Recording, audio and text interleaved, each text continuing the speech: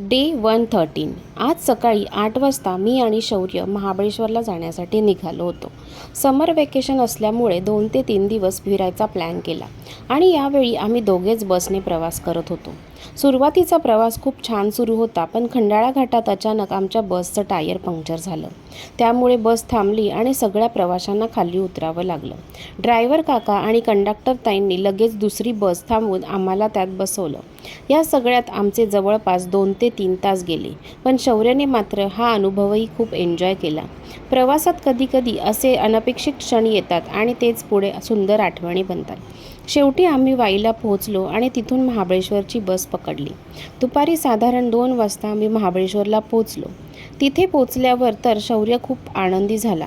त्याने खास आणलेली स्कूटर काढली आणि बस स्टँडपासून घरापर्यंत चालवतच गेला.